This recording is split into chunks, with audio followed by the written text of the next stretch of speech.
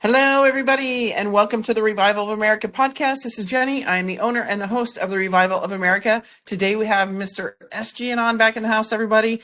So please, if you have a question for SG, he has taken some time out of his day, as we all do, to come here and be with you guys to try to give you truth as we know it to be, right? As we research it, right? So please put your questions in the comment box underneath this video on the wall, or if you want to ask SG your question, please feel free to raise your hand and I will unmute your mic at some point in this podcast. Also, to everybody, I can't tell you enough to please be careful who you listen to, who you follow, and what you're putting into your mind. It is going to get crazier as these days continue to go by because we are getting closer to the end, I do believe, of this horror show that we are going through. But at the end of the day, if you look at all the great things that are happening and what we can foresee of our very near future, what a time to be alive, everybody. So please stay out of the noise because there is a lot of noise, negative, infighting, the division, all that kind of stuff. You guys know it. I say it all the time. Just stay out of the noise. If you don't like what somebody is saying, you don't think you can handle it, get out of it. Hit the exit button. Don't listen to it. It's not worth it. If your mind's not strong enough to deal with it, trust me, it's better to get out of it and continue to stay on your path that you're going. If you've had 3 to 5 people that haven't led you wrong through the course of your journey here, stick and stay with them, everybody. It's important that now more than ever that you tighten up that circle. It's time to pick the side. We've been told time and time again, it's time to pick a side. And I have actually seen people that have been riding this journey along with us here, doing the research, sharing it with one another. They are now going on to the black pill side of it. And it's absolutely terrifying to see that, everybody. So please be careful. It is insanity out there. But I know you guys can do it. So we're almost there. We've come this far. Don't give up. Don't lose that fight. So also to everybody, if you come into the podcast late, you can follow the podcast host on iHeartRadio, Spotify, Anchor, Apple, Google, Breaker, Pocket Cast, Podbean, Riverside, Amazon Music, and the social medias are Jenny Jareed Facebook at Jenny_Jareed X at JJareed Rumble at JJareed True Social at JJareed Instagram, the Revival of America right here on Telegram, the Revival of America YouTube, and last but certainly not least at the official JJareed TikTok. I'm horrible around TikTok, everybody, because I honestly just kind of forget about that app, but and it's just like short clips. So, I'm a one-man show over here, so I'm doing my best because, I have a day gig that I do that supports my podcast here. So bear with me, everybody. Everybody also, too, regarding the social medias, they are all verified except for the 3, which is True Social, Instagram, no, not Instagram, YouTube, and TikTok. So I'm waiting for those verifications, and I've done that to make sure you guys know that those are my legitimate accounts. Rumble, for some reason, my green check mark went away. I'm working on that with them right now. I don't know, they had some changes or something, but anyway, we'll get that back on. But at JJareed is my legitimate account. So please, everybody, be careful. I do have fraudsters out there. I recently put up another alert to you guys. Somebody is using my face and calling it JJareed Podcast. Well, first of all, if you know me and you know my podcast, that's not the podcast. So just be careful, everybody. They're trying to scam you for money and other things. So it's a brutal world out there right now. But also, too, everybody, if you have a journey or a story to tell, you want your voices heard, please reach out to me at the Revival of America at yahoo.com. We'll get your voices, your stories heard, because remember, everybody, it's your stories, your journeys that are going to help shape this new world that we are walking into as we speak. And then last but certainly not least, everybody, if you have not signed up for the newsletter, please do so at therevivalofamerica.com. This way you can get the weekly updates on the show lineup with the guests and the times, and of course, the notifications of new podcasts that we do, and I do. I'm doing about 4 to 6 podcasts weekly, everybody. So turn on your notifications if you don't have them, because in that way, also too, you'll get notified. So with that, everybody, we're gonna hang tight. We're gonna wait for Mr. SG to get in the house. Let me see if he's here. He should be coming in unmuted, but in the meantime, if you guys have questions for me, you can feel free to raise your hand. I'm happy to answer any questions you have for me if I have an answer for you. So feel free. Otherwise, we'll kick back. We'll wait for SG, and then we will soon get started. So hang tight, everybody. And Miss Lori, I will go ahead and unmute your mic. Go ahead, Lori. Go ahead, Miss Lori. You can speak. Did you have a question, Lori? Your hand was raised. Okay. All right, everybody. We'll sit tight, and I see Scott's in the house. Scott and we can have a chit chat. How are you doing, Scott? Doing well. How are you?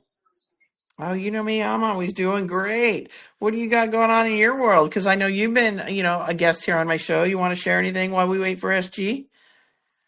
I think it's just time for everybody to take a chill pill and relax.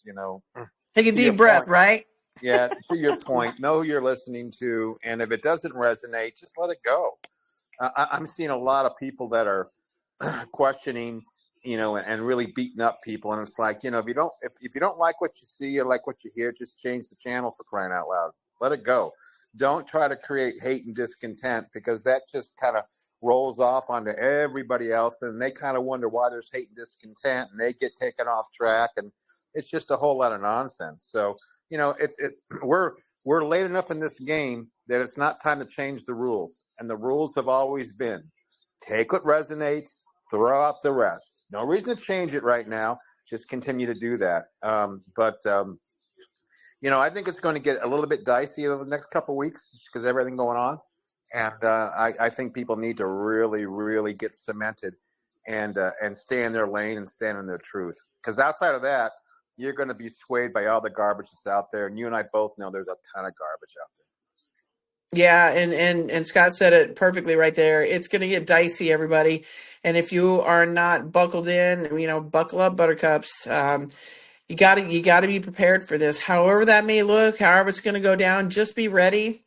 We've been told all kinds of different things, right? Stock up, and who knows? I mean, if we need to, we need to. We're ready for it. We've been taught that, right? But I think just buckle up, buttercups.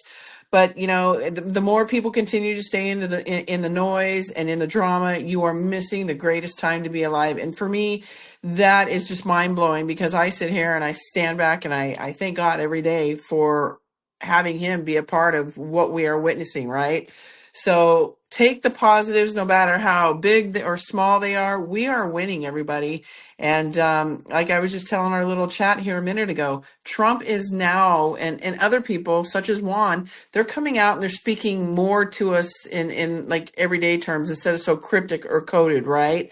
So, and I think that's just a good indication to show that we're closer and closer to the end of this part of the movie, and then we need to step into the next phase. So everybody pay attention to Trump. He is telling us more directly without telling us, if that makes sense, right? He's not coming out and giving us all the answers straight up, but he's talking to us a little bit more, not so cryptic, right? So definitely pay attention to Trump and what he's doing, and I'm really curious of what his big announcement's going to be. So that will be one of my questions to Mr. SG, and I'm trying to see if he's in here yet. So bear with me, everybody. But yeah, Scott, if you want to continue, if you want to add on to that, feel free, my friend. Well, I think that we're in a pivotal move right now. And to your point, Trump is giving out information that if you just look at it and remember some of the things that have gone on in the past and some of the things that he said in the past, it should make you very, very excited. I mean, we've all been on this journey for a while. There's no doubt about it. And there's a lot of tired people out there and a lot of beat up people out there and a lot of nervous people out there. And that's to be expected, because this thing that we're in was not for the faint of heart by any stretch of the imagination. And sadly, there's been many that have given up. But if you're still here, if you're here right now and you haven't given up, then pat yourself in the back, because you're about to step into a freedom that you've never, ever been in before. And I will tell you, that's going to be a hard thing to adjust to, because we've never in our life known freedom. We've been enslaved by this system for the longest time. But I was listening to a guy yesterday, I think it was yesterday, and he did a little like 2 or 3 minute thing. And I'm sitting there jumping up and down because it's something that I've been writing about for the last 10 or 15 years. And I'm saying, yes, it's finally coming out. And that is understanding who and what you are and why you are here, and really the authority you have as being a believer. As a believer, you have absolute authority, and you should stand on that authority, because you're not just a has been, and you're not just I'm not really here or not really. No, you are here. You're here right now. You were called to be in this moment. And no matter how bad it's gotten, if you take the degree that you've been beaten up over the last 5 or 6 years, that is also the same degree that you're going to walk in that freedom and do certain things. So I think I think we're in an amazing time right now, Jenny. You just got to hang on. And if you need to talk to somebody to get a little bit of strength, then do that by all means. Talk to someone that you trust. Talk to somebody that's provided you sound information in the past and ask them, hey, you know what? I could use a little bit of prayer right now, or I could just use a little pat in the back, or whatever the case might be. You know what? If you sit here and tell me right now that you haven't needed prayer, or you haven't needed encouragement, or you haven't needed anything like that, then you haven't been fighting hard enough. Because those that have fought, they need the encouragement, they need the pat in the back, right? And be there to give it to them if they ask for it. And everybody, we're still going to be here delivering the information to you as we can, and we'll be here on the other side of this as well. So I'm not going anywhere. I'm just in the background building my media production company for the podcast here, my Little Voices Kids Cast, and then obviously I have that one that I'm start doing monthly now that I'm finally settled in my move. It's 5 o'clock somewhere with the Revival of America, which that will be the podcast that's going to be myself, a co-host, and a guest that you're going to get to know on a more personal level, so you guys can know that we're just like you. We are real people trying to do the best that we can. We do our daily lives as well. So you guys, that will be on Rumble. It will be a video format, and you guys will be able to write in your questions as we do that. So that should be super exciting. So I'm excited to start doing those, and I'll keep you posted on when that's going to happen. So if you guys, in the meantime, as we're waiting for SG, if you guys want to talk to myself or Scott, ask questions, feel free. Donna777, I've opened your mic, and then Colorado Mama, I will open your mic as well if you guys have a question for myself or Scott. Go ahead, Donna.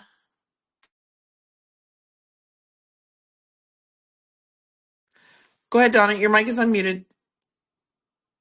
All right, Colorado Mama, go ahead. Do you have a question? Good evening. Just wanted to address thoughts about officially World War II winning declared for tomorrow, the 8th. Some thoughts on that. That one I can't wrap my head around. May 8th is a victory day for World War II. That one came from Dan Scavino, and I'm just curious. Any thoughts about that from either you or Scott? That's what. Yeah, I'm sorry. Go ahead, Scott. No, go ahead, Scott. Go ahead. That's when Germany surrendered. So that's when they signed the unconditional surrender for World War II. And what the president said in the Oval Office is that we've never really ever celebrated that. We've never really acknowledged the part that we played in World War II. Now, albeit we came in late, and there was a lot of talk during the Roosevelt administration whether they wanted to be active in it or not. But ultimately, we did come in, and we helped turn the tide of what went over in Germany and in Europe. But we've never really celebrated it. We've always had Veterans Day and Memorial Day. There used to be, I think Veterans Day, or I think maybe it was Memorial Day, was Armistice Day, but this is celebrating the actual, when they surrendered, and that when the last shot was fired during World War II. But he called it Victory Day, and I found that quite interesting. Is that a calm? I don't know. I honestly don't know. But I think that I think it's significant, and what it's doing is just really bringing back the strength of the United States, the pride of the United States, and I think that's what the president's attempt is in all of this. Thank you, Scott.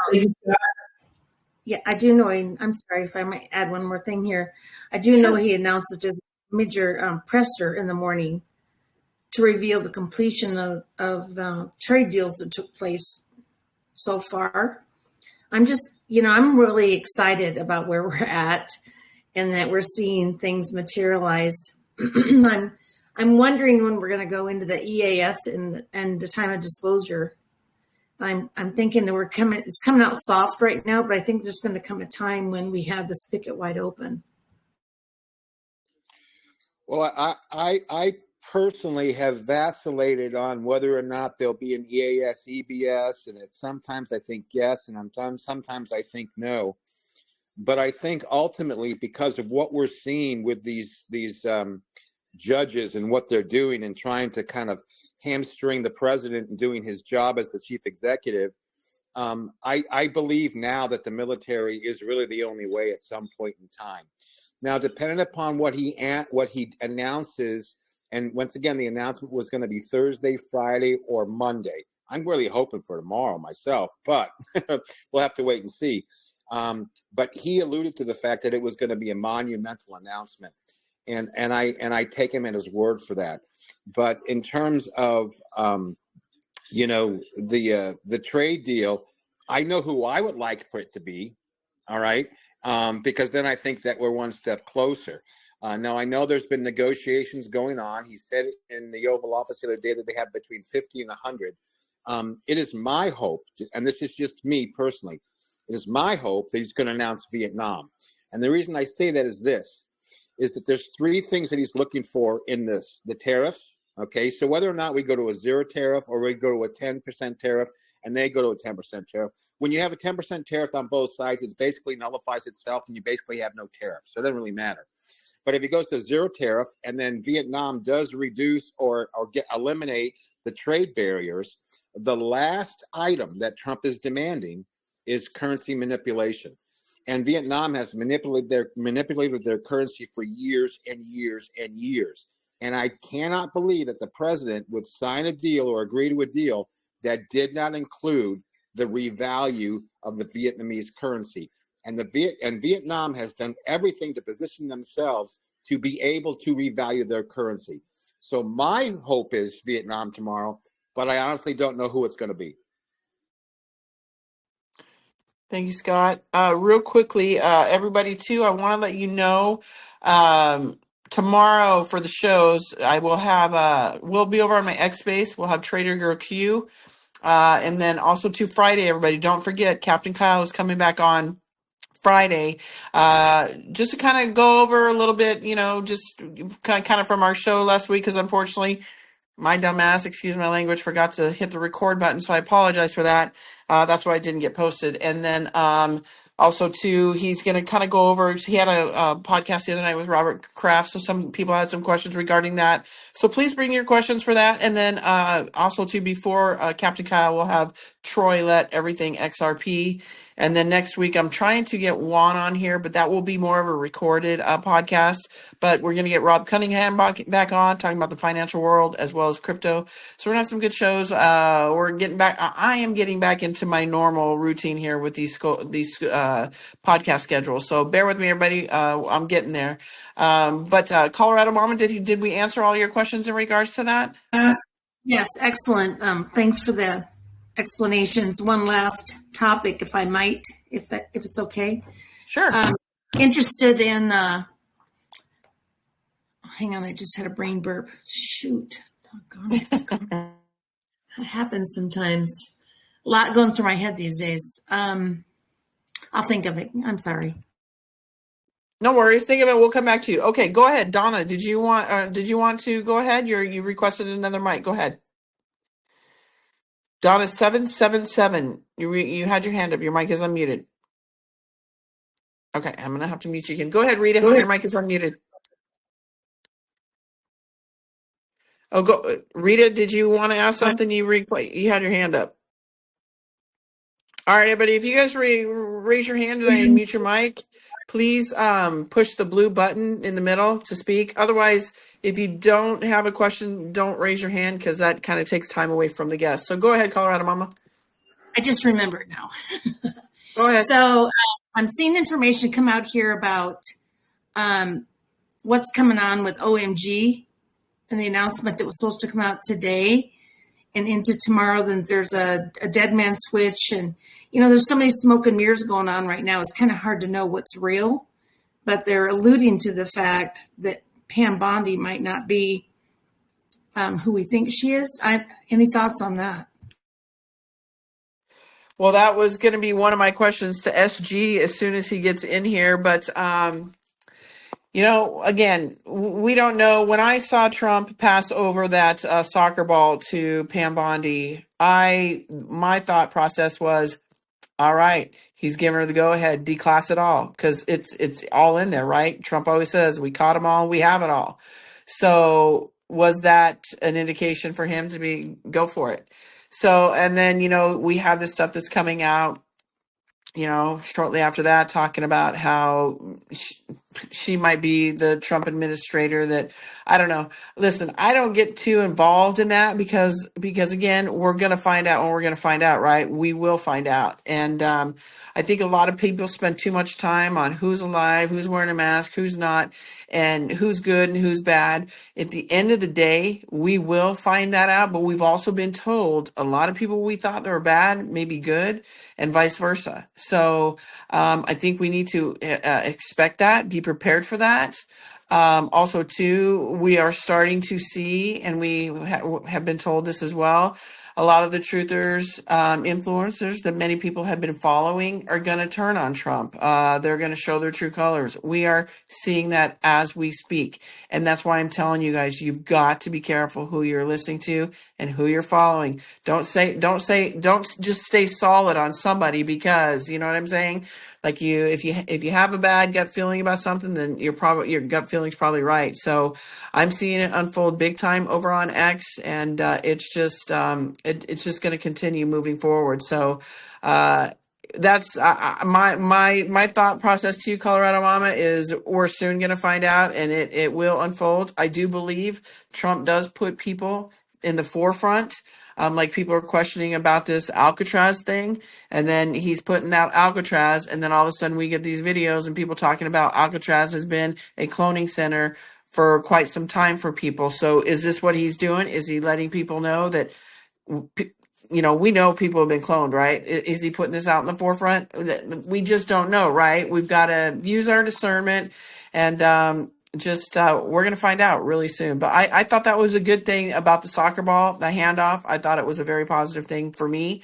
But again, that's my opinion. And SG is on his way in, everybody. So hang in there. Go ahead, Colorado Mama. I was just going to say, I concur with your thoughts on that. I noticed it right off when that was handed. I'm like, wait a minute. Is that to point her out, or is that to say you've got a green light, go for it now? It's one or the other. For me, it was the green light. Now, again, if, she's right there in the forefront, whatever her role may be, of course, we'll see that. But I thought when he passed over that soccer ball, that was a very good indication, like, okay, it's time. Like, there's a lot of D-class to be done, right? All the JFK files, the MLK files, the, Epstein. It just goes on and on. 9/11. So, yeah. I don't know. Let's watch it all unfold. It's pretty exciting. And I see Kelly's in the house. What's up, Kelly? We're waiting for SG to come on in. He had to put his little son to sleep, so we're just chit-chatting. How are you? I'm doing good. I'm so glad I caught this one. I usually miss them. I'm like, oh darn, I missed it. So I know. I was just letting everybody know too about Captain's show with us on Friday to bring their questions, and excited for that as well. Did you get bombarded with DMs? Well, it was just, I kind of like at one point I'm like, let me just ask Captain if he can come in here because he's the best person to answer it if they have questions in regards to the Bob Kraft interview. And then, of course, my dumbass forgot to hit the record button last week, so I couldn't post the recording because I tried to upload it and it just didn't sound right. So I apologize to everybody, but Captain is with us every other Wednesday as his work schedule permits. And I actually would like to get Captain on probably more often if he is open to it, which I'm sure he would be. I just think his work schedule kind of determines a lot of the podcast that he's able to do. So, but yeah, Kelly and I can talk to you about that on the backside. But yeah, it should be a great podcast. I think people have other questions about just what Trump said about this huge announcement and what's going on. So not just strictly to that podcast you had with Robert Kraft the other night, but I think it'll be a good one. Just a lot of things going on, a lot of questions. Oh, there's so much. I mean, Captain and I were just talking, we're texting back and forth, and he was saying, the following weeks are going to get so crazy. And, we're starting to see that. And I guess there's going to be more and more questions and things being revealed at the same time. Yep, I agree. And it's like Scott and I were just saying, everybody just needs to tighten up that seatbelt and buckle up because it's gonna get spicy. Not that it isn't already, but I think it's gonna get spicier. Absolutely.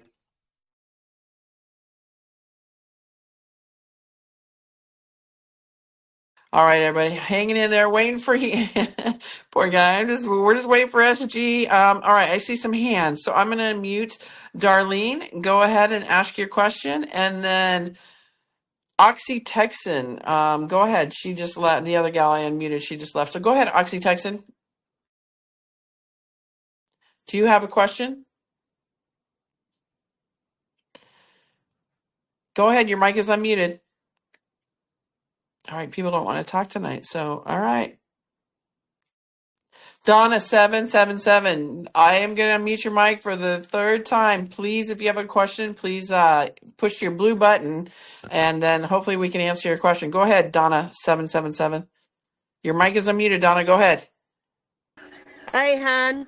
What I want Hello. to know is there a way that you could tell me what I got to do to get registered for the QFS?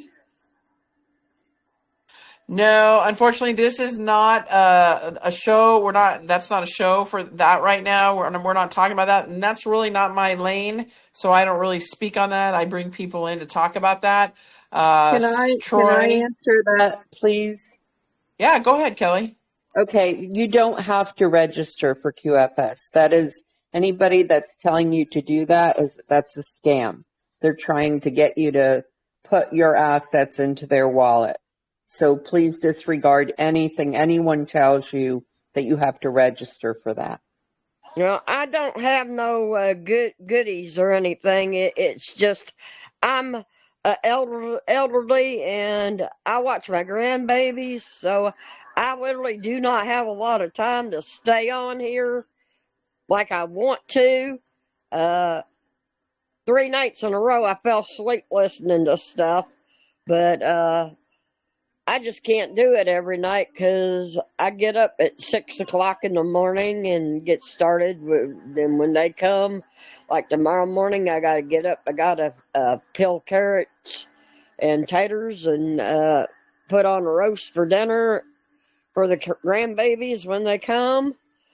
They were living here for about 6, 7 months, and the money that she give me for babysitting, I turn around and give it back to her so she could get their own roof over their head. So like Kelly was saying, it's just a scam. So please be careful. And honestly, I am glad that you don't sit in here every night all day because you need to live your life and do that. So maybe just watch for certain podcasts that come on or speakers that you like that can give you that information. I know Captain Kyle's great. SG Anon, he just popped in the room right here. We've got Derek Johnson, and trust me, I don't sit on these things all day long either. I got other things to do, but yeah. So Oh, just pop in here. I'm in and out Just pop. during the day. Yeah. So we're here. If you see us here, you're more than welcome to come in, and hopefully we can answer any questions you may have. So, but with that, SG just popped in the room, so I want to be able to give him the floor. I know he was with his little guy, so I want to welcome SG. How are you, my friend? Doing well. Thank you so much for your patience. You and your audience are always so gracious with things happening on the family front. It's really appreciated. Well, you know what, sweetie? It's always family first, and that is it's God, family, and then everything else follows, right? So, no apologies ever or anything like that. I'm just really glad you're here, and I'm more stoked that you're back in the realm of doing your podcast. That's so awesome. You have been truly missed, let me tell you, especially by me. I'm like, where's my dude at? I mean, I just love how you articulate everything, and you're so knowledgeable. You're just such a great individual. Well, you honor me. At the end of the day, I think it's a team effort, and we bring an interesting perspective at QNP, just like you all have a very interesting and diverse perspective here. And these conversations have to take place as we go through this great awakening. We've never had the opportunity to do this before. It's an original moment in all of human history, made possible by these three by 5 inch tiny computers that we have in our pockets. So I appreciate the commentary, and let's continue to leverage that moving forward into the future together. Hey man, you got it. You're one of my faves. You're not going anywhere. In my mind.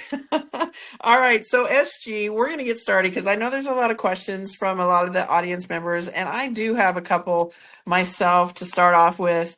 We know there's a lot going on. Kelly and Scott and many of the audience members, we were just talking about that.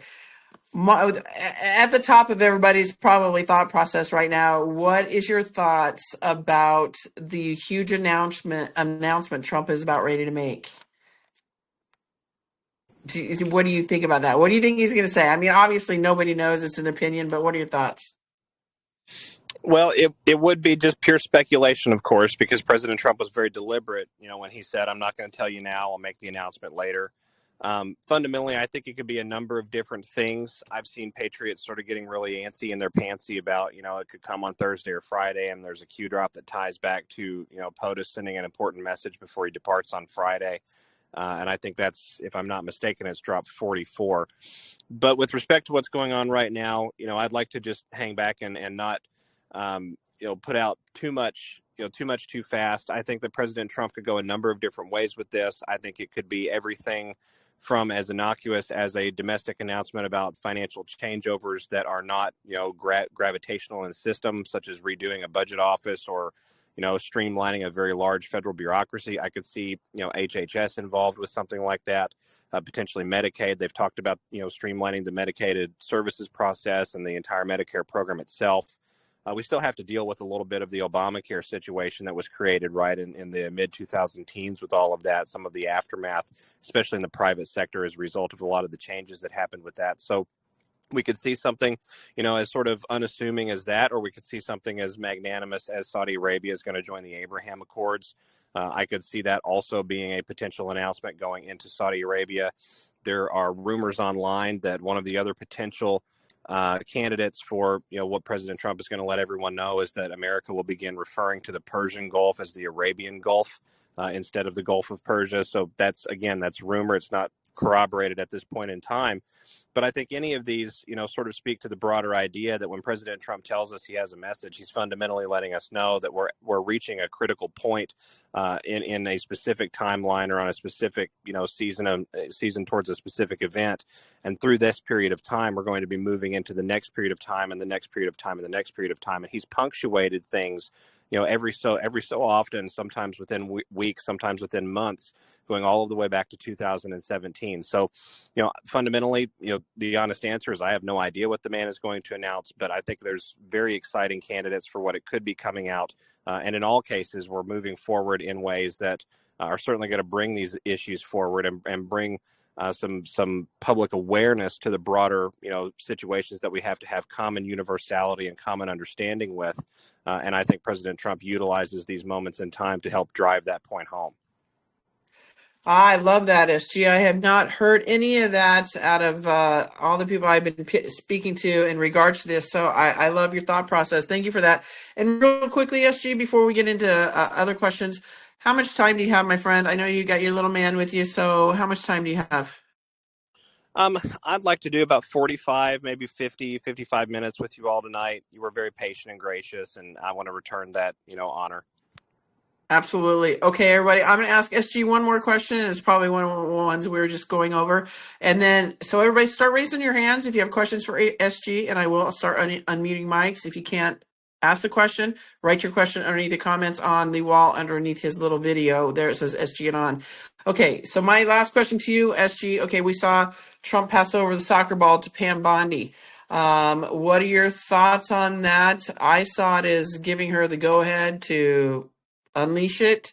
And then you have Alex Jones coming out saying that she could potentially be the the person in the administration that I don't know, basically compromised. What are your thoughts on all that? I thought it was a positive thing with the pass off between him and Pam Bondi, and then after that I saw that whole Alex Jones thing.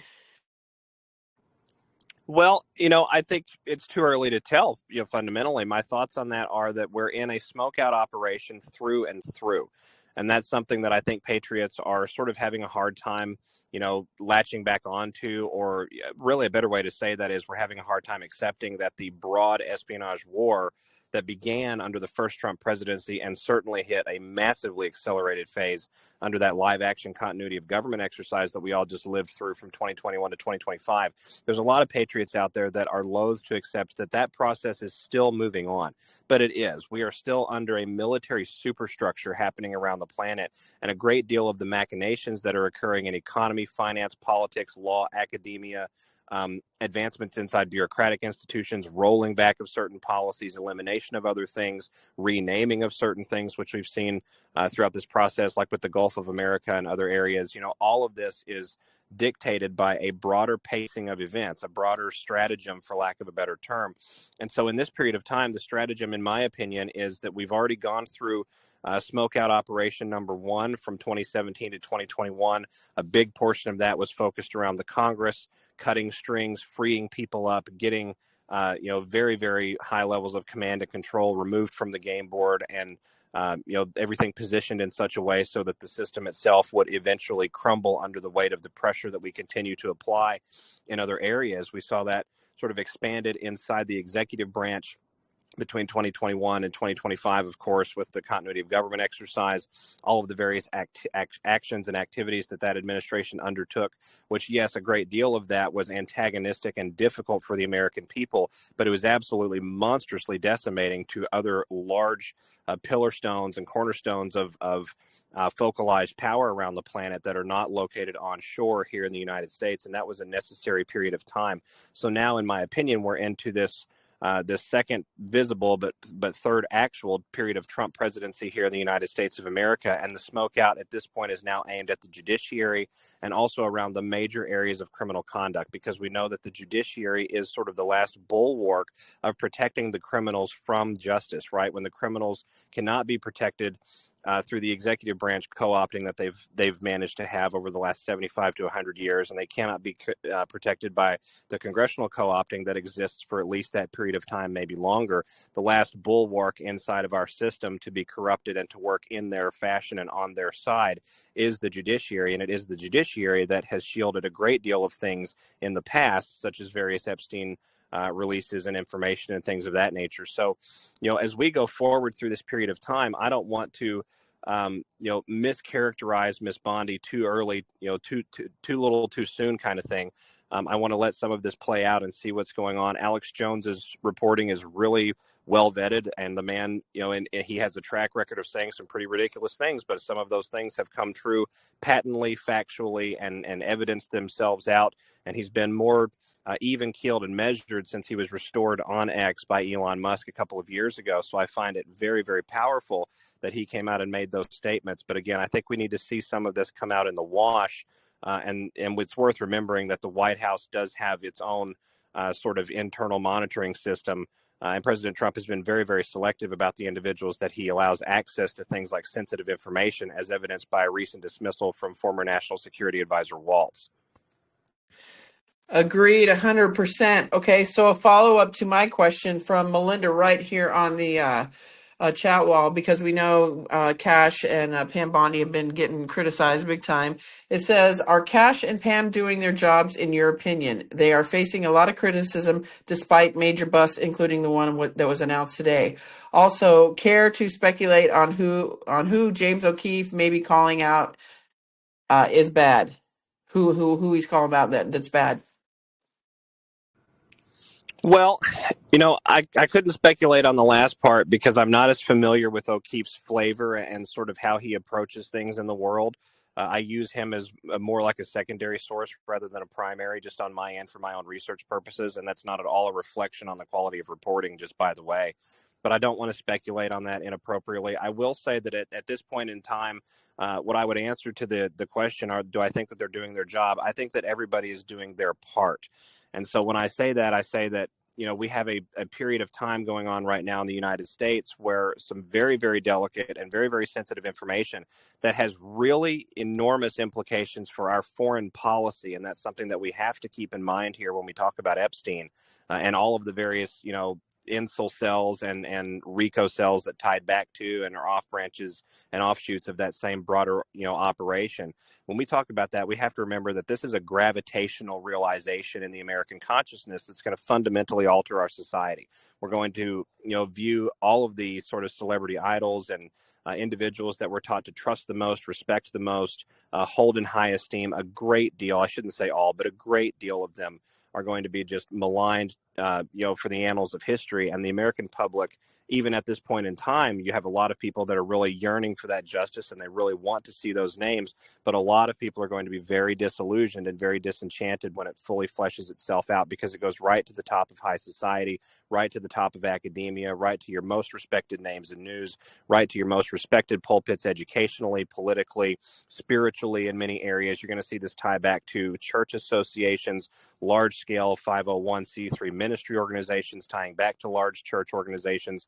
And I'm not just talking about Catholic charities when I reference that. So, going through this period of time, I think that what's going on is an intentional, again, we're coming back to this smoke out concept. If you have a situation where infiltration is a concern, it's always a prudent and wise strategy to approach that situation with a little bit of insurance and a little bit of leverage. You've heard things like kill switches before, or dead man switches, or, offloading and making multiple copies and creating redundancies and things like that. These are all tactics that are used in irregular warfare, just it's now into the civilian space in a much more profound way than it has been in the public awareness in days past. And so we have to acknowledge that that's a really serious angle that is very likely at play here as we go through this period of sort of learning who is and is not on the side of we the people, even in this current Trump administration. And I think to your point, SG, we are seeing that unfold as we speak. So I'm right there with you, my friends. Okay, everybody, I'm going to go into some questions, Q&A with you guys. So please feel free, if you have a question for SG, raise your hand or write your question on the wall. I'm going to, Kelly, I'm going to ask you first, my friend, if you have a question for SG. Oh, I'm sorry. You caught me off guard. No, I don't, but I am Sorry. listening intently. Hi, I SG. know. Nice I'm to glad hear you're, you I know you tonight. miss, I'm glad you're here. Okay, Michelle, I'm off. Your mic is unmuted. Go ahead. Hi, I have a question about Alcatraz, and I was just wondering if you knew anything about the cloning facility that was there that they're talking about. I saw the YouTube video, and I was just amazed. Well, I have to say, Michelle, that's probably one of the better questions I've gotten in the last 12 plus months at least.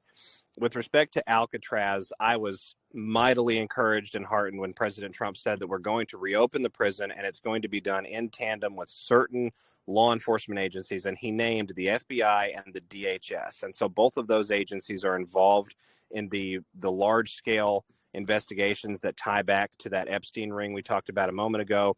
And we have to remember that those RICO subcells that come out of that broader blackmail operation at the transnational level have been participating in things like organ harvesting, medical experimentation, trafficking of biopathogenic materials.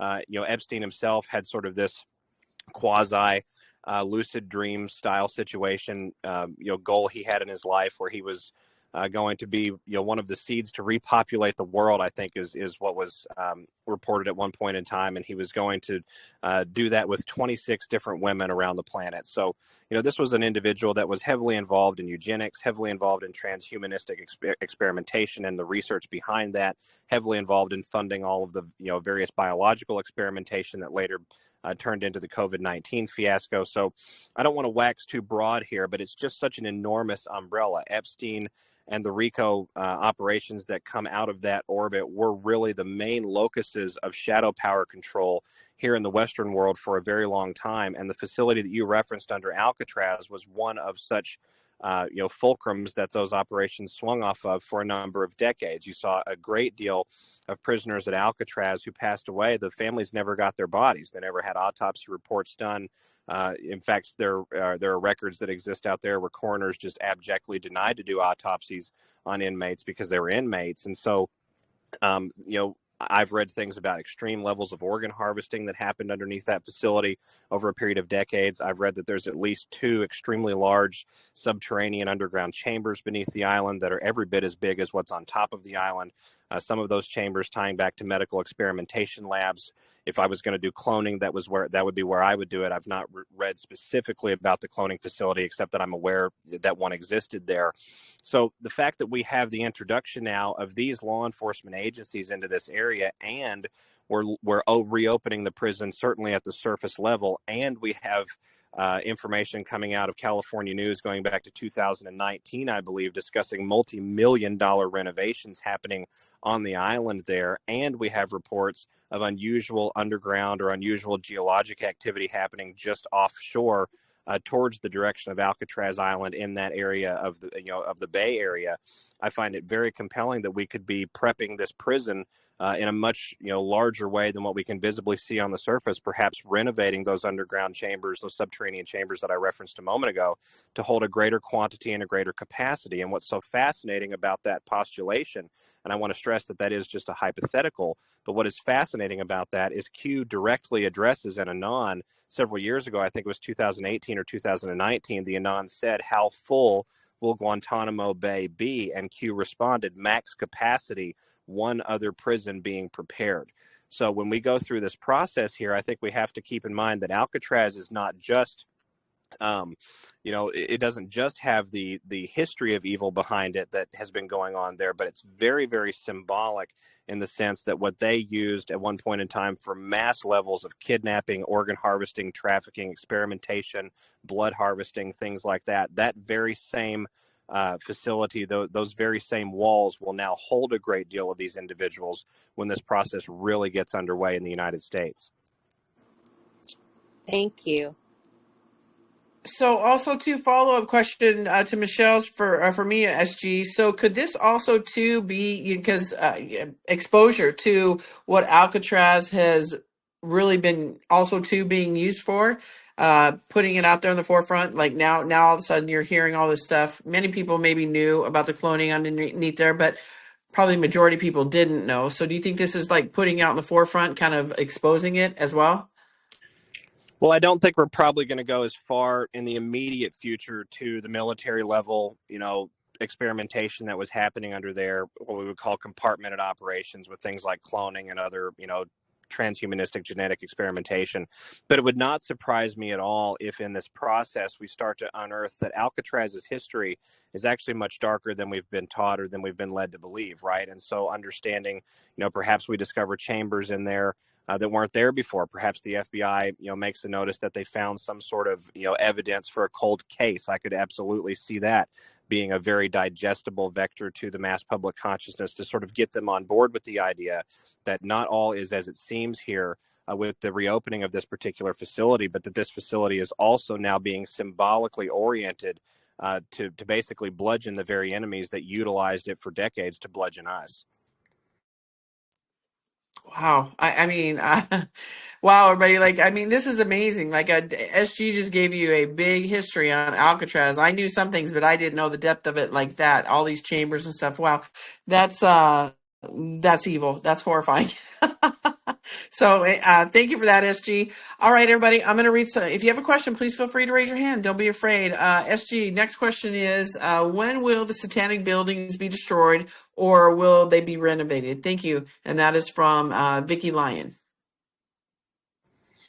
Well, it's interesting. The process of destroying those. We expected. I want to preface this question by saying that as we've looked over the last 4 years with the Biden presidency, I think a great deal of people, including myself, expected that we would have more kinetic action on some of those large symbolic structures, excuse me, that are tied directly back to Luciferian worship, Egyptology, dark occultism, things like that. I expected more kinetic action on them over this last period of time than the action that we actually got. But it makes a great deal of sense, right? President Trump has campaigned a number of times on this idea of preventing World War III. President Trump has campaigned and made himself a sort of like a figurehead synonymous with the idea of bringing peace through strength, bringing prosperity through fairness.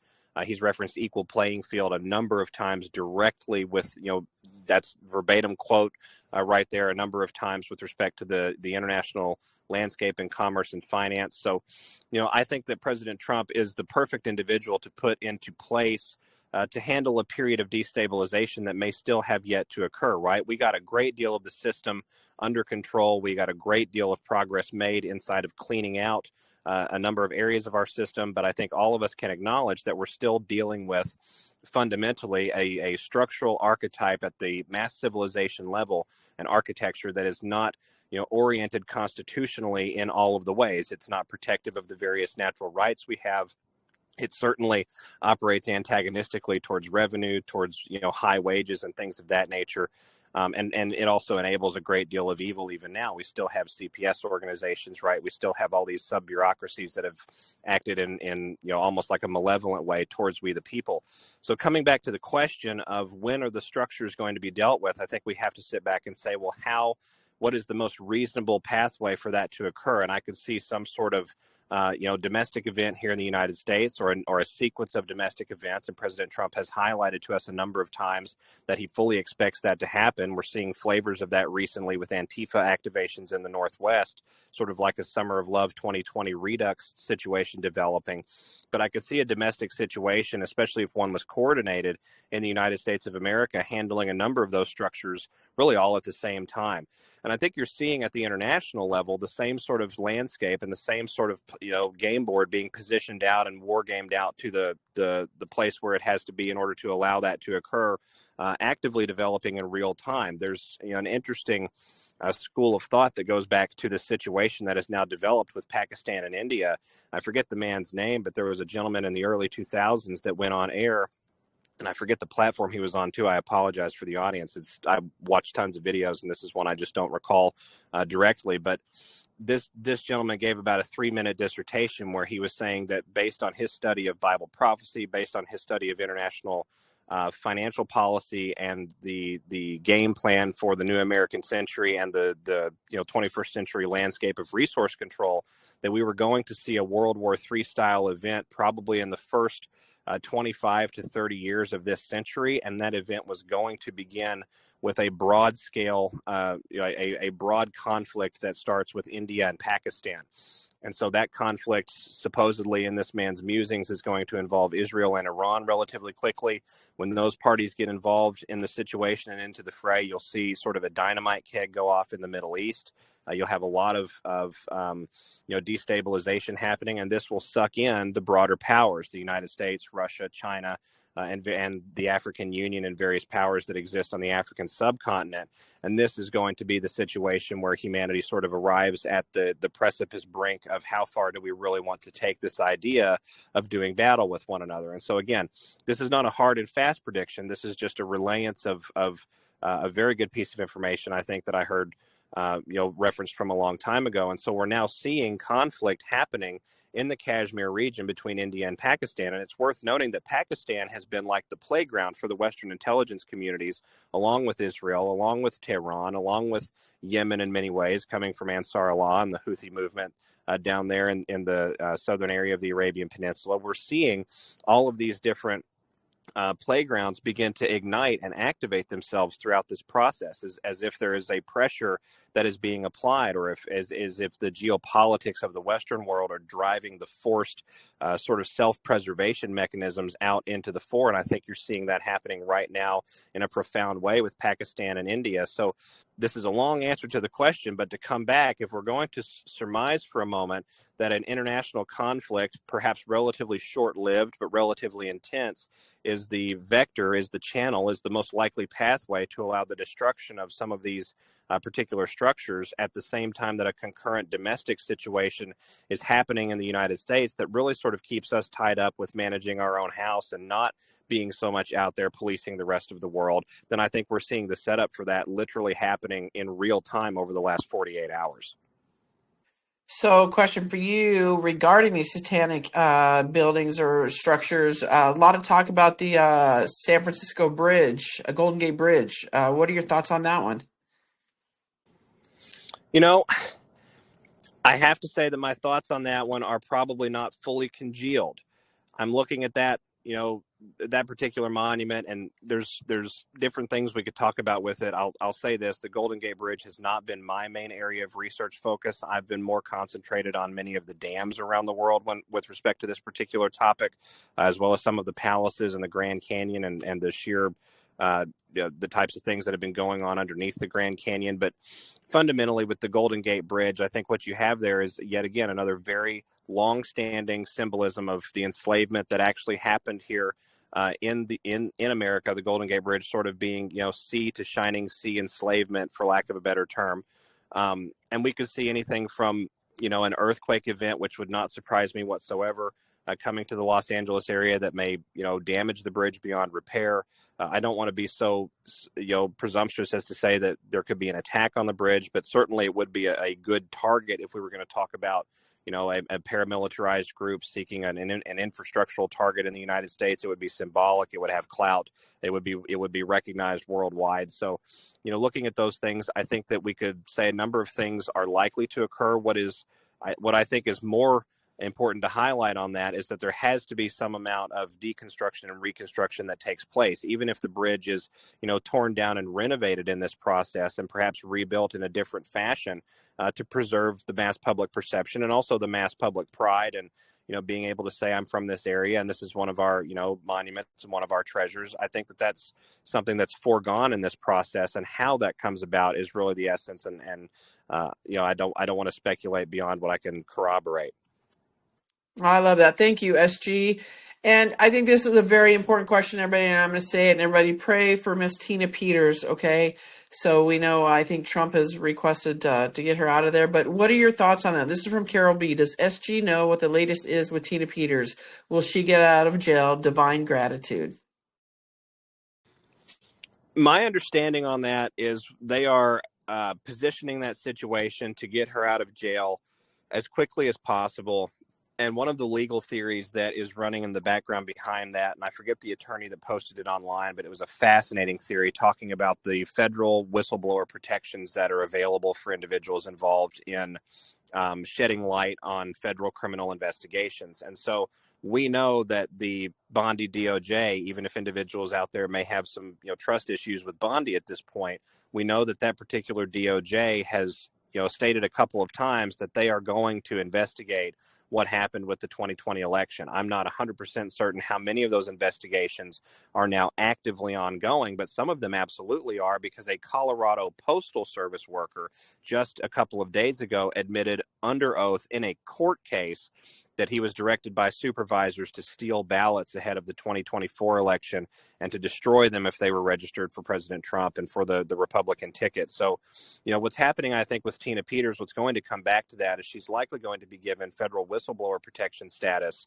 and the DOJ is going to request that she be released into their custody under a certain custodial share arrangement. The question here is whether or not the state of Colorado will honor that and what the federal government is able to do in response.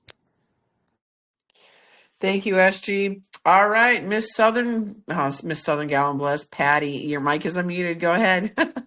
Oh, goodness.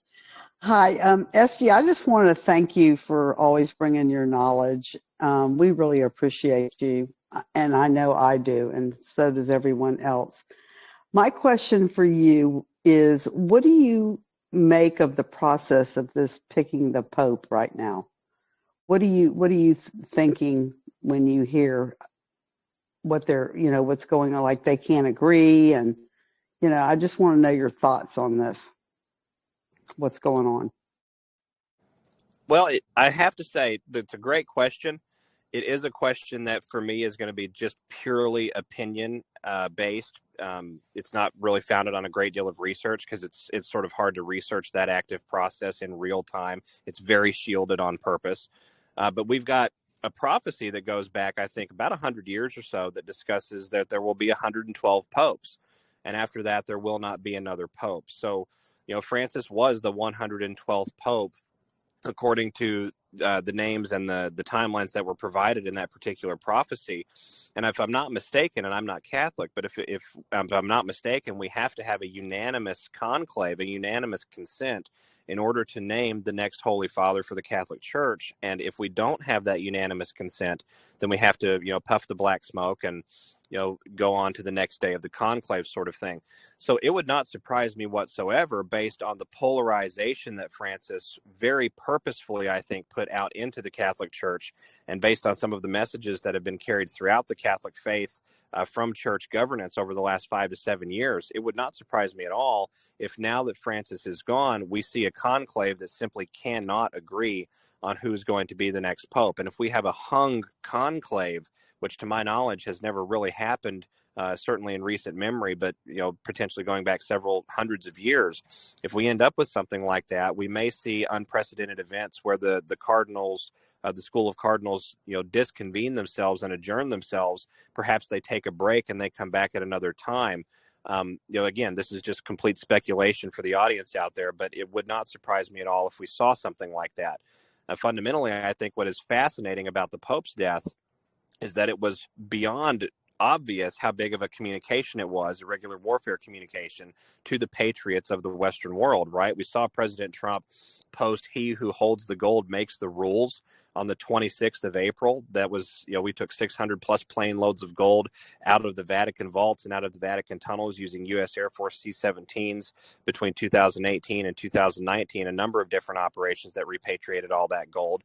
The very next day, the announcement from the Vatican about the Pope's death occurs. I think it was Easter Monday, the 27th of April. April 27th also happens to be QE2's, the late QE2, Queen Elizabeth II's birthday. And this particular April the 27th, 2025, would have been her 99th birthday, which is the inverse of 66. Additionally, the number 27 itself is triple nines, which is a 666 upside down. So looking at this particular landscape that's playing out, I'm very excited to see what comes of this, and it would not surprise me if we don't get another pope in this process. Thank you so much. Yeah, I was raised Catholic, and I don't see this happening for some reason. I just don't think this one's going to be chosen. I hope not, just personally. But I so appreciate your answer. I knew you would bring it, and you did. Thank you so much, sir. Thank you, Patty. And since we're on the Pope, SG, so can you elaborate a little bit for all these individuals out there tripping out about, the master troll, Trump himself, putting out a picture of him being the Pope? He who holds the gold makes the rules. He told us a couple of days before that who he was prior to posting that out. He has control of the Vatican's ledger book, full stop. He has control of access to the Vatican archives. And through this period of time, I think you're going to see a number of things reintroduced to the world, including some of that gold, of course, that was taken out of that system. That'll be injected over time, I think, gradually to help really elevate wages relative to the cost of living and make America that shining, working, bustling city on a hill again that it once was. We all like to think of the 1950s as the golden era, sort of like that, but on steroids. But the other major thing I think it does, Jenny, and I think this is what even the bigger portion of what President Trump was telling us, is that the Vatican has been the spiritual enemy, essentially, of mankind for a very, very long time. and they are now no longer in control of that knowledge. The mysteries of the scriptures are open to the public once more. We're just going to have to go through an introduction process so that we don't end up met with legacy bias and reactivity bias and outright rejection of an alternate reality at that macro civilization level. It takes time to augment the entirety of a belief system, as each and every one of us are intimately and personally aware of. So we have to allow that to gestate out in the public consciousness to be reintroduced gradually. And I think we're going to see that beginning this year probably and moving through the rest of this entire decade. Amen. Thank you, SG. I appreciate that. So for all of you, not necessarily you here in the chat, but any of you out there in the world here that listen to this podcast, look deeper into that whole thing. Like SG says, and I've been saying it all over my social medias, he who has the gold makes the rules. He's in control, everybody. So have solace in that. It's all good. And there's going to be more that comes out to it. So thank you, SG. All right. BL Patriot, your mic is unmuted. Go ahead. Go ahead, BL. Patriot, your mic is unmuted. Okay, SG. So here's from Shauna on the wall. She says, please tell us what you know about late Betty White. Do you agree with folks who say that she was working for the CIA and blackmailing Hollywood, etc.? Was she related to Barbara Bush and the daughter of Aleister Crowley? Well, I have to say that, and my answer is going to be a little inadequate, and I apologize for that, but I've not made Betty White a focus, and so again, I don't want to attempt to corroborate something that I can't genuinely pull source and factual information from. But let me say this, it would not surprise me given how notable she was in the community, how well connected she was inside Hollywood, and also the fact that she did live a very long time, right? What's the joke? Something about Betty White as old as bread or something like that. Yeah. So, we have to keep in mind that there are certain substances extracted through very barbaric processes that really do aid in the longevity process. They slow down aging. They reactivate human growth hormone. They, inject youthful stem cells into the body. It's a drug out there that, ends with something that rhymes with home. And so when we talk about that, we have to keep in mind that, anyone involved in Hollywood throughout the 20th century should be looked at with a healthy level of neutrality and perhaps even a little bit of deferential skepticism at first until we can really flesh out where they fall with this idea of what's been going on inside these inner circles. Thank you, SG. All right. Here's one from Lori Lee Elizabeth. The Statue of Liberty resembles the Lucifer. Would it be advantageous to dismantle that thing? It's a fascinating question. The Statue of Liberty is an interesting statue. Of course, it's not, what we think that it is. If I'm not mistaken, of course, it is a representative of a satanic entity. But if I'm not mistaken, it represents the god Artemis. And when we look at what's, all of these different structures, whether it's the Statue of Liberty, whether it is the Washington Monument, whether it's the Hoover Dam, whether it's the Golden Gate Bridge, whether it's several other different structures around the planet that would be immediately recognizable, like Buckingham Palace or the Three Gorges Dam or the Empire State Building or, all these sorts of things, we have to keep in mind that many of them were placed where they were placed to create a different, for lack of a better term, to affect the reality around them. And that's sort of an inadequate expression, but it's the best that I can come up with right now. The Earth has very powerful electromagnetism as a part of its just fundamental building block existence. It's how it's put together. We're here symbiotically with it. There's a reason we can ground ourselves when we walk barefoot on the grass. There's a reason that shoes in the days of old actually had, metal meshing, and that metal meshing was typically silver or copper because they're highly conductive, that went through the soles of those footwear and foot pieces to allow for that conductivity while also ensuring foot protection. So when we acknowledge that is, the baseline operating mechanism here in the world at a certain level, we have to acknowledge then that we can affect that operating mechanism, that we can put things into place that amplify, that de-amplify, that augment, that change, that shift around, control, and direct. And those types of structures that I referenced a moment ago, every single one of them has an association with the electromagnetism of the earth and the ability to disrupt it over a very large and wide area. So the Statue of Liberty functions in many ways like the Washington Monument does in DC, creating a wavelength suppression field several miles in radius outward from the monument. That goes all over the local area. So you've got the entryway to America literally suppressed, literally held down by that, the de-amplification process that occurs inside of that suppression field. And so that particular statue, like other things, in my opinion, is going to have to be either changed over, removed, or destroyed. And so we saw something very interesting a few months ago, or actually it might have been just about 8 to 10 weeks ago now, where France was sort of pontificating a little bit about how offended they were with respect to President Trump's comments about NATO, President Trump's comments about Emmanuel Macron, and et cetera. And I think someone had put out that said that the French are thinking of asking for their statue back. So in that particular, lens, if we were to actually return that, it seems kind of wild and kind of insane to go that process, but it actually works out better for we the people on this end. Not only do we get to rebuild our own, and I'm sure that we would produce one heck of a monument to replace that particular location, but also we remove a gigantic unusual weapon that has been suppressing the ability of consciousness in that area, in the New York City basin and in the Staten Island, I think it's Ellis Island area, for a very long time. That's been suppressing the ability of that consciousness to rise above a certain level. And when you rise above a certain level, you start arriving at new awarenesses.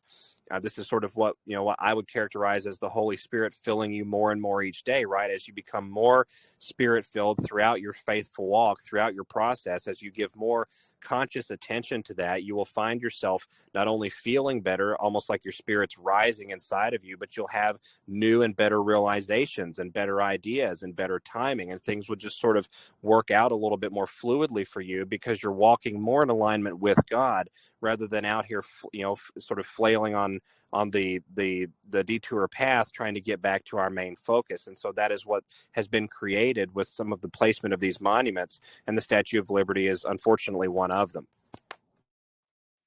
Thank you, SG. All right, proud Army mom Cheryl, your mic is unmuted. Go ahead. Hi, SG. I want to thank you for everything you do. You're amazing. But my question is, do you think Canada will become the 51st state, or are they already? That's a great question, Cheryl, and thank you very much for coming on tonight. And thank your son also for his service. It's very appreciated. With respect to Canada, I think that we've got two factors at play here. And again, this ties back to blending realities. We have to bring realities from the background into the foreground. President Trump has said a number of times that Canada doesn't have to be an artificial line on a map. And so the terminology there, artificial, is very important because artificial implies that it's not really real. It doesn't actually exist. And when we look at the SEC register and the SEC filings here in the United States of America, we find that the Crown Corporation of Canada is actually registered to the United States government at 1600 Pennsylvania Avenue, the White House, and has an SEC filing every year. So in essence, we are already a combined landmass. We are a combined people's unit as we have this conversation right here, right now. But introducing that into the public fore and changing the mass consciousness awareness of that is a little bit more of a delicate mission, I think, to unfold. And so we're seeing that playing out from both sides. We're seeing President Trump applying pressure to Canada to just go ahead and be done with it and become the 51st state. That's galvanizing Canadians to do two things. First of all, to get engaged in their civics process, which many of them have been loath to do, just like us here in America. We've been heavily assailed on the North American continent with psychological warfare and apathy driving warfare and, all perception augmentation campaigns and all sorts of things of that nature for a number of decades now. So it drives them to get off of the couch and out into the community and become involved in that civics process and really begin to form an opinion about their nation, about their nation, their cultural identity, them as a people, etc.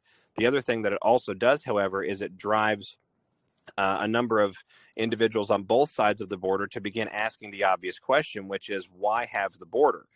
We have such a long storied history with our neighbors to the north, and I think many of them would agree with, to the neighbors to the south. There's a mutual friendship and a mutual kinship that exists there, and it's sort of unique, I think, to the rest of the planet, just because of the sheer scale and the sheer size of it. And so now you're seeing individuals in Alberta, for example, that they're going full bore is what I'm trying to say, full hog, and they're going ahead with a referendum and holding a provincial statewide petition there to decide if they're going to actually leave the parliamentarian system there in Canada and join the United States as a 51st state. They've already discussed sending a delegation to Washington. So we're seeing, in my opinion, you're seeing the irregular warfare, extremely high level special operation that's been going on for a number of years, now applying pressure to the political landscape and the political awarenesses inside, and I say that plurally, inside the North American shelf to drive systemic and nationwide change, potentially continent-wide change that has to occur if we're going to go forward and actually get a handle on a number of things that have been occurring both in the United States and in the Canadian countryside, and also provide a vector to resolve business arrangements and contracts and certain things that on paper have existed for a very long time, but that the general public is not usually fully aware of. Thank you, SG. That answered my question. Thank you, Cheryl. How you doing on time, SG? I think I'm looking at maybe 2 more questions. You got it. All right, JP, go ahead. Your mic is unmuted, and you ask SG your question. Go ahead. Yes. Do you believe in the revaluation, the currency exchange? Why the gurus, so to speak, are calling it to happen today, and just your general thoughts on that subject. I'm in Virginia. Well, thank you for joining us from Virginia tonight. And I have to say, with respect to the RV, my only thoughts on that, JP, are going to be that the RV itself is a real concept. But I've been telling patriots for a long time now that the idea of an exact timeline or specific dates that we would be aware of that are not being publicly announced, it seems almost oxymoronic in some regards with respect to the monetary component, because that is a core component of this broader shift that's happening planet-wide. We cannot drain the deep state both in the United States and around the planet if we don't take away their ability to manage and control the distribution of currency and the valuation of money and how commerce is fundamentally transacted, both materially but also philosophically. And I think that's an important point to make.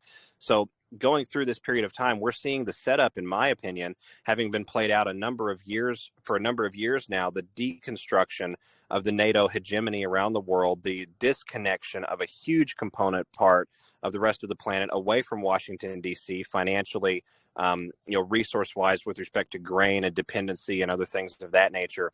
And now here we are in this first Trump presidency, these first 100 days. And what was one of the very first things he did? He completely upended the economic landscape. He's forcing the rapid redistribution and redefinition of supply chains. He's forcing corporations that have been acting in the stead of the deep state for a long time to reverse decades of progressions, outsourcing and exporting, and bring that back to the United States at a breakneck pace.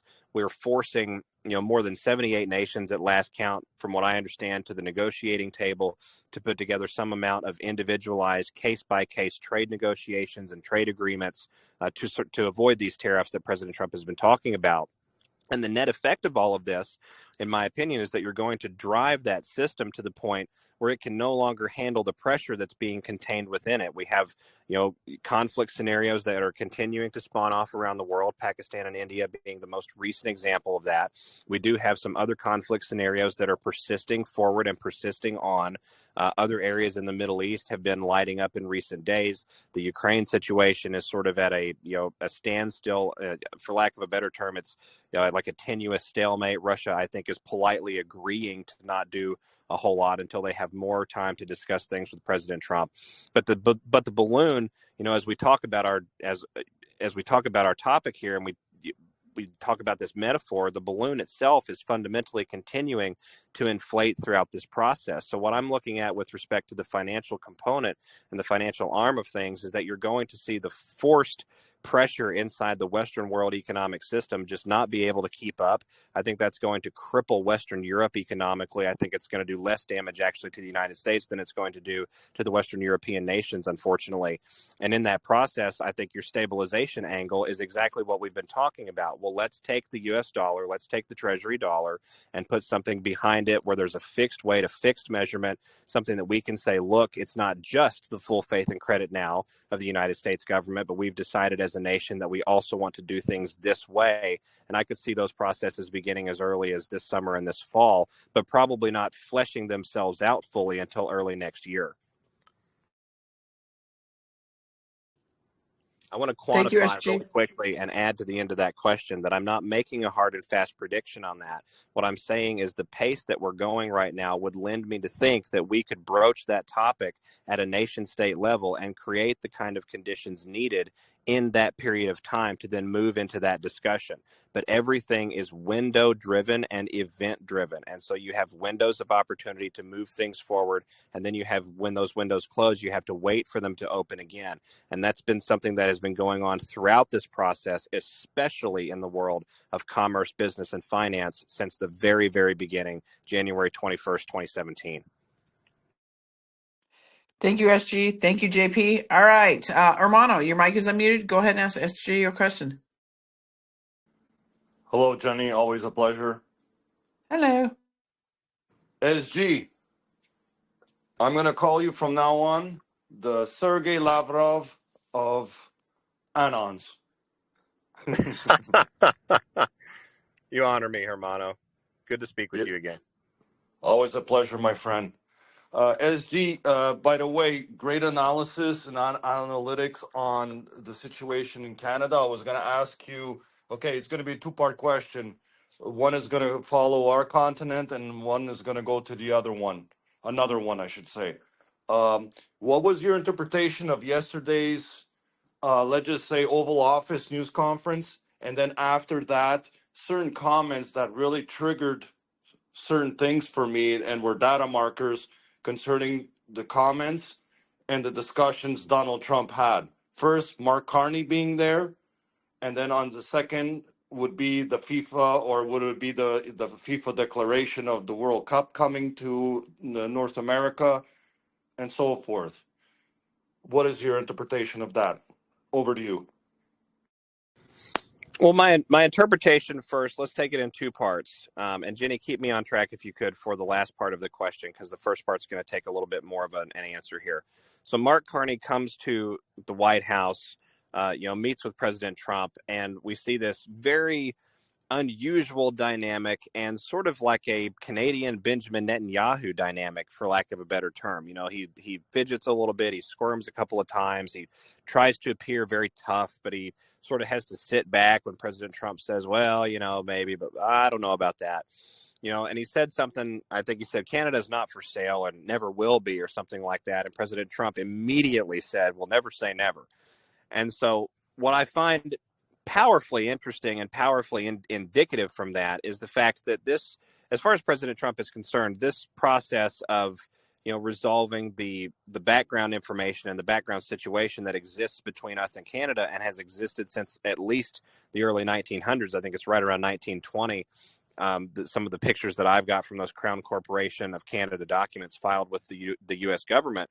As we resolve that process, President Trump seems very confident that he knows where it's going to lead. And it would not surprise me whatsoever if some of that's going to tie back to biological terrorism activities, because the Yukon Territory especially has been heavily utilized as a sort of a remote testing and a remote medical experimentation landscape. You've got a couple of DUMBs actually, excuse me, underneath north central and northwestern Canada, particularly, that are involved in cloning. So, looking at what's going on right now with Mark Carney and with President Trump, Carney is a globalist puppet shill through and through. He's on the WEF website. He's a climate alarmist. He advocates for the suicide of his own culture. He's a free speech restrictionist. And so this is an individual who, in my opinion, is going to go about the same distance as Trudeau went in the public consciousness with respect to, actual likability and desirability. And how that plays out, I think, is at this point, it's to anybody's guess still, but it's going to play out, I think, the way President Trump expects it to, as evidenced by that meeting that we had. The FIFA side of things I find to be very, very fascinating, however. FIFA is a major, it's the major world sporting event outside of the Olympics, right? FIFA is a national tournament that brings a number of different nation states together, most of them coming out of Europe, Africa, and South America, but you've also got some from the Middle East nations. You've got some of the South Asian nations. At one point in time, I think even Russia had a team that was competent and qualified to go attend in FIFA. But one of the other things that occurs at the FIFA events each year is no different than what occurs at our NFL here in the United States. A great deal of trafficking occurs while the eyes of the world are on this specific event. So to bring that event into U.S. jurisdiction and to bring that event onto the mainland inside the United States, where we operate with a different jurisdiction than we do in international waters or in other individual nations, wherever those events are being held. I find that very, very interesting, because Kash Patel has talked very recently, and he keeps saying it, there's nowhere anywhere can hide. There's nowhere in the world you can hide. We will come all over the planet to find you. And so I think what's going on is we're seeing the setup to draw in some levels of black market criminality, quite frankly, that likely tie back to very powerful pulpits coming out of that particular sporting event. We're going to place them into U.S. jurisdiction and see what happens. Exposure, right? And bringing them in. Capture the flag. Amen. Did that answer your question, Romano? Your Yeah, questions? eloquent like always. And also the next one, which has been personal, something that is that on point that has come up to my attention, has to do with Africa, and it has to do with Burkina Faso and Ibrahim Traore. Um, there's been a lot of, let's just say in the social media, not social media, mass media, saying that he is a terrorist. But when I'm looking and digging a little bit, he's actually liberating not only his country, but there's a huge, how could I say this, movement that is behind him. Any comments on Mr. Ibrahim Traore? Well, I mean, he's essentially the Burkina Faso populist candidate, not unlike, a Donald Trump or a, Calin Georgescu from Romania or Marine Le Pen from France, right? And that's the beauty. And this is actually a perfect way to close off our call tonight. That really is the beauty of what's happening here. We're talking about, exporting MAGA to the entirety of the planet. As a matter of fact, the individual in Romania, after Georgescu was unfairly disqualified from his election victory in the first round of voting, the new candidate who essentially stepped up in his place as the populist candidate in the country, took more than 40, I think it was like 42 or 43% of the vote in the first round. You only have to get 50% in the first round to be considered the overall victor under Romanian law. So he almost made it, but they're going to a second round runoff here pretty soon. And this individual has a platform that he speaks about in Romania and in the European Parliament in Brussels about MEGA, MEGE, make Europe great again. So what's happening throughout this period of time, this great awakening that in some ways got kicked off with the presidency of Donald Trump and the discussions that he was able to have with individuals at the nation state level who are willing to cooperate with him, who had very large command of things like resources and assets and military components and influence and control and reconnaissance that was actionable and useful around the planet. All of that has resulted in people taking back two major areas of ancestrally what have always been important to human society: the lands that I'm from and the God that I love. And so what's going on right now is the entirety of the world is realizing, no, it really is about the ancient ways. It really is about being in balance with each other, loving our lands, protecting one another, looking out for our children, respecting our maker, honoring our creator, and loving our Lord with all our heart and soul. And you're seeing that playing out in a meaningful way across all of the different nation states in the planet in a in an impactful manner that means something to them culturally. And so this process is eventually going to result in an Earth that in many ways, is not, I don't think it's unfair to characterize it as, an Eden-like Earth, because we'll have a situation, in my opinion, where we will all be having fairness, justice and equity with one another, but we'll have our diversity and our differences to amplify some of the greatness of our variety. And that really is the magic of living here together with one another in this world. Wow, SG, what a great way to end the show. Go ahead, hermano. All I have to say, que le bon Dieu bénit le peuple de l'Afrique.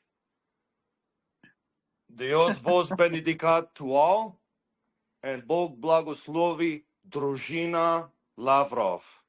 SG, that one was for you, okay? Thank you, my friend. God bless. And SG, once again, great show. Everybody, I believe we are in the year of exposure, so take everything and pay attention. A lot of stuff is coming out. Buckle up, though. I think it's going to get spicy here in the coming days, weeks, months. And SG typically is here once a month, so we're going to get him rescheduled. And we'll see you in a month, SG. Sounds excellent. Everyone have a beautiful evening. Thank you for being here. God bless. All right. God bless you. God bless your son. I hope he feels better, and we'll talk to you soon. God bless everybody here. Have a great night, and we will see you tomorrow night over on my X Space with Trader Girl Q, and then Friday with Captain Kyle and Troy Let Everything XRP. God bless you all. Have a great night. Thank you, SG. Have a good night.